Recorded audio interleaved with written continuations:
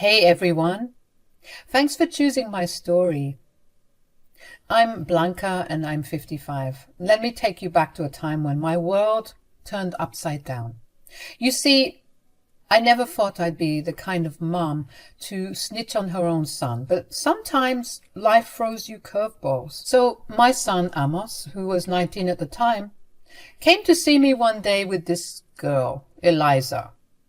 I had never met her before, and I could tell something was up. Amos looked like he was about to break into a cold sweat. He urged me to sit down, and that's when he dropped the bomb that changed everything. Okay, spill it. Why do you both look like you've seen a ghost? And who is this girl? She's my girlfriend. Oh, why didn't you introduce me to her sooner? How are you, sweetie? Is he treating you well? Mom, seriously? This is not the time. Nonsense. She seems like a lovely girl. Quite shy, aren't you? Well, that's no bother. I'm sure we'll become buddies in no time. Mom, Eliza and I need to talk to you about something important. Important? What's going on? Mom, Eliza's pregnant. What? Miss Santos, we're going to have a baby. I swear to God, in that moment, I thought I would lose my mind. I was really hoping that it was a prank or something, but when no one was smiling, reality started to set in, and I felt like I was going to throw up. What? A baby? Are you kidding me? How did this happen? Well, you see, Mom, sometimes things just happen. Things just happen? Amos, this is not the stork dropping a package on our doorstep. How could you let this happen? I've always told you to be safe. Mrs. Blanca, it's not just his fault. I was part of this too. Oh, don't worry, your turn is coming. You both are adults, or at least I thought so. Explain yourselves. Mom, it was a mistake. We weren't careful enough, and now we have to face the consequences. Consequences? You both have just changed the course of your lives and mine. I'm too young to be a grandma. She wants to keep the baby. I can't imagine getting rid of it. I know that this wasn't part of the plan, but a baby is a blessing, and so that's why we're here, to tell you and to ask for your help. After the initial shock wore off, I found myself calming down. Don't get me wrong, I was still absolutely pissed. But Amos and Eliza were facing the consequences of their actions, and I made it clear that I would support them, but not at the expense of becoming dependent freeloaders. In the middle of the chaos, I learned about Eliza's troubled relationship with her toxic parents. Their negative reaction to her pregnancy left me with no choice but to bring her into our home. I decided to let her stay with us to provide stability in what was sure to be a challenging time. With the three of us under one roof, it was a hustle. Amos took on 2 jobs to contribute financially, and Eliza, despite her own struggles, found employment. I emphasized the importance of responsibility and hard work. It was a tough journey, but I was determined to make the best out of an unexpected situation. After all, I had to prepare them for any and everything that would come their way once they became young parents. As the due date got closer, Amos got more agitated. Eliza had to stop working in her last trimester because of back pain. So Amos had to work even more and do odd jobs in the neighborhood just to get some extra cash for the baby. It was really tough, I could tell. And in typical male fashion, he wouldn't want to speak to me about it. When he would come home, he was often sulking, angry from all the work. I get it. Working 2 jobs, still struggling, isn't fun. Blame the economy, but it had to be done. I wanted them to understand that having a baby is no joke, and they figured that out once little Sammy was born. Ah, the good old days of being woken up every 3 hours. Those were fun. I would help out on some of the night shifts, of course, but when I would be woken up by Sammy, and I knew that both Eliza and Amos were able to do it, I let them sort out the poopy diapers. They would take turns, as most couples do, but I noticed that whenever it was Amos's turn to be on night duty, he would be especially angry, and oftentimes he would do such a bad job that Eliza had to step in, even when they agreed that Amos had it covered. With Eliza's parents essentially cutting her off after the birth, and Amos being grumpy and frustrated, the house was filled with mixed emotions, and taking care of a baby added to the challenge. Despite doing my abuela duties by babysitting and helping with finances wherever I could, these kids still struggled. It was understandable. They were just starting to figure out life. And now they had to take care of a little one. When Sam turned 1 year old, I sat down with my son to talk about how he'd been holding up. I did this from time to time, especially during that first year of Sam's life, but Amos always brushed it off, saying he didn't want to talk about it. I thought that now, with things settling into a routine, he might feel comfortable sharing his feelings. So one late night, I met him on the porch with some coffee and tried to have a heart-to-heart. How are you holding up? Honestly, not great, Mom. I'm just tired, frustrated, you name it. You know? Yep. It's a lot. But be more specific. What exactly is making you so frustrated? It's this whole situation. You know, God, I feel so awful saying it out loud. I never wanted a kid, especially not at 19. But Eliza insisted on keeping the baby. I felt like my opinion did. Maybe it doesn't. After all, I wasn't the one carrying the baby. But now I'm stuck with responsibilities I never signed up for. I hate to say it, but I resent them. Both of them? Yeah. I know it's awful. Well, yeah. But it's also understandable. You've been through a lot and you've worked so hard. I'm so proud of you for who you've become. I just feel like I've been robbed, like I had to dive into work so early. I don't know. I get that it's tough, but I'm glad you opened up to me. It's important to talk about it. You're not alone in this. I know, but it's hard not to be resentful. I wish she had considered my feelings more.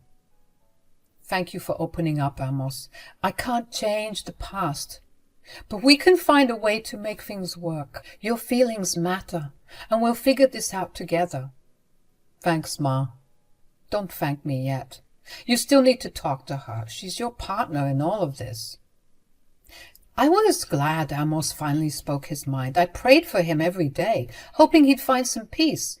After our talk, he gathered Eliza and me to share his feelings once more, but now with Eliza hearing it as well. Eliza was genuinely thankful for the open conversation, and they kissed and made up. This led Eliza to reach out to her uncle back in England for some support. She didn't have much hope, thinking that her uncle wouldn't want to help her because of her situation, but a good, bad thing happened instead, depending on how you view the situation. Sadly, when she tried reaching out to him, she found out from some extended relatives that her uncle had recently passed away in a skiing accident. But she then discovered that she was in his will, so it was great that she had reached out because the relatives were having a hard time finding all the beneficiaries. Turns out that this guy was loaded. He must have been a prince or something because Eliza was set to inherit $400,000. Can you believe it?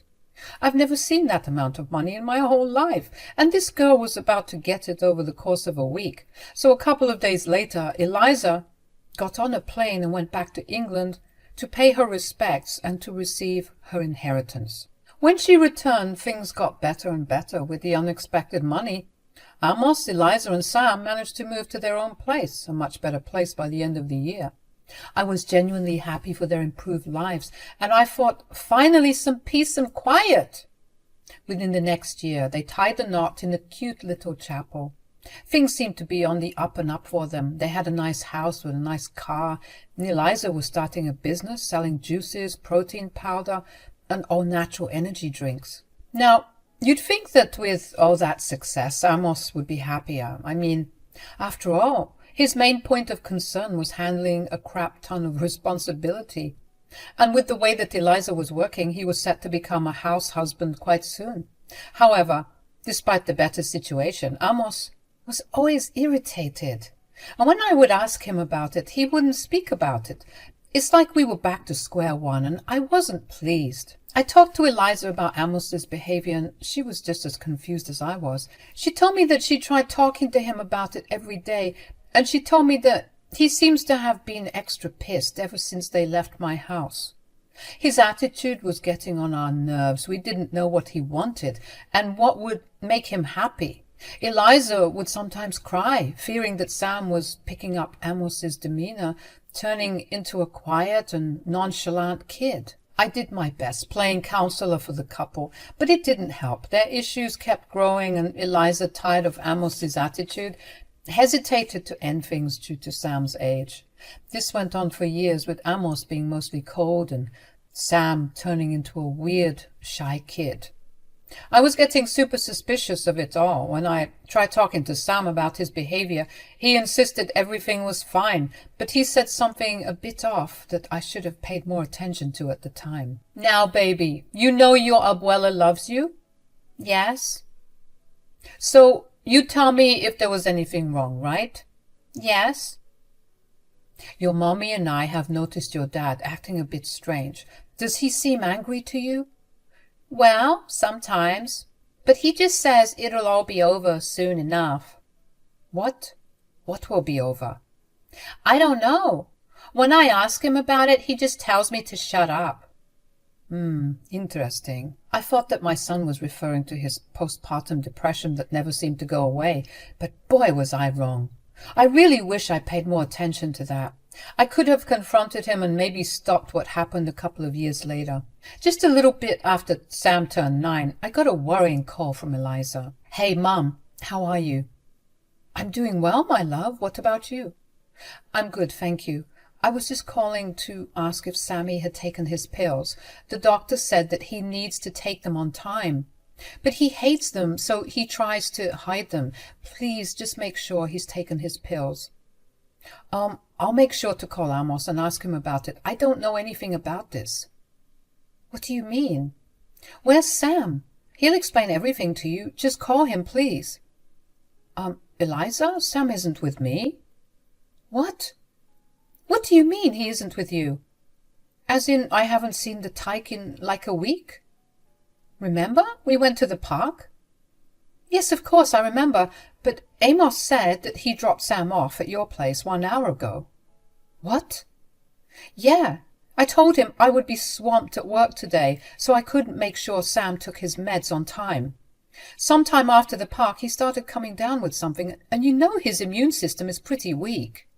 Right. So yeah, the doctors gave us a bunch of meds, and he's supposed to be taking them. I told Amos to handle it, but he told me he had very important business to take care of, so he dropped Sam off at yours. Well, this is the first time I'm hearing of any of this. Amos didn't call me, and I certainly don't have Sam here with me. Both Eliza and I began to panic. We tried calling Amos, of course, but his phone was switched off, unreachable. Worries grew, and we feared they might have had an accident on their way to my house. Eliza had an idea. She decided to track the AirTags she left in the car. She had AirTags everywhere. She was obsessed with true crime and always taking extra precautions to have evidence or a lead if she ever got kidnapped, or worse. Amos and I always used to make fun of her for it, and she would always say, "One day you two will see." I guess all her worrying paid off, because we had a real emergency on our hands and we could track the AirTag and find out where Amos and Sam were. Eliza asked for some time to locate it and promised to send me the location. We decided to meet there. When she sent the location, she said she didn't recognize the place, but I instantly did. It was some abandoned parking lot that was half demolished, a place Amos and his friends used to mess around when they were 15 or 16. I wondered why they were there. Maybe Amos was trying to spend some time with Sam, trying to show him what his life was like when he was younger. Maybe, but it just seems strange. Why would he visit that dump, and why is his phone off? I don't know, but we'll find out soon enough. Let's call when we arrive at the site. See you there. After we hung up, I rushed to that abandoned parking lot in my beat-up car. Luckily, I managed to blend in with the other abandoned cars there, since I knew the place better than Eliza and was closer. I arrived before her. I was about to call Eliza and let her know I had arrived. I spotted Amos and Sam in the distance. I was about to get out of my car to surprise them when a group of men approached them instead. They looked scary, and I was wondering how Amos knew these guys. And then, very suddenly, one of the men grabbed Sam and started carrying him to their car. I was shocked, unsure of what was happening. Another scary-looking guy approached Amos, handing him a fat stack of cash. I couldn't believe my eyes. Was my son trying to sell Sam on the black market or something? What the hell was going on? Quickly, I started recording a video of the scene while trying to text Eliza. I told her to call the police and direct them to the location because the service was terrible in that area. I told her there was no time to explain, and she said she would get to it. I went back to recording, trying to understand what was happening. Part of me hoped it was some sick joke because Sam wasn't screaming, and he didn't seem to be uncomfortable as he was put in the car. I didn't want to jump to conclusions, but my gut told me something was very, very wrong. I didn't want to risk getting out and putting Sam and myself in danger, so I stayed in my car, praying and panicking and praying some more. The guys seemed ready to leave with Sam in their car, and Amos was heading back to his car, and that's when I knew for sure that something wasn't right. It was all happening so fast, I felt like I didn't have enough time to process anything. But I sprang into action nonetheless. Not wanting them to escape, I decided to honk my car horn, knowing it might put me in danger, but I had to risk it for Sam. The noise obviously got their attention, and they started making their way towards my car. It was Amos and the guy who had given Amos the money. I was crapping bricks because I was frozen. I didn't know what to expect. As they approached, I overheard one of the scary guys yelling at Amos, saying, "I thought you said this place was empty. What the frick, man? You think we have time to play games with you?" "Listen, dude, I don't know what's going on either, but we'll figure it out. I'm sorry, okay? This place has been dead for years, and trust me, I know."